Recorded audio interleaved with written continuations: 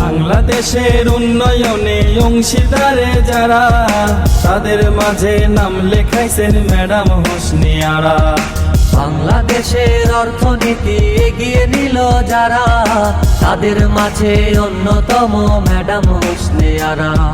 ক্ষুধা মুক্ত দেশ গড়িতে, দারিদ্রতা দূর করিতে অব্যাহত রেখেছেন উন্নয়নের ধারা। তোরা বাজারে ঢোল বাজা, সানাই বাজানো তারা।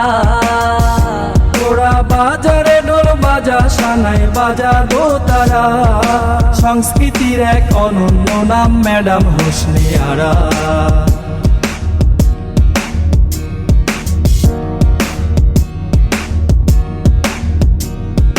এই মনীষীর বলবো কথা, গল্প কথা নয়, ওরে গল্প কথা নয়। নারী হয়ে যে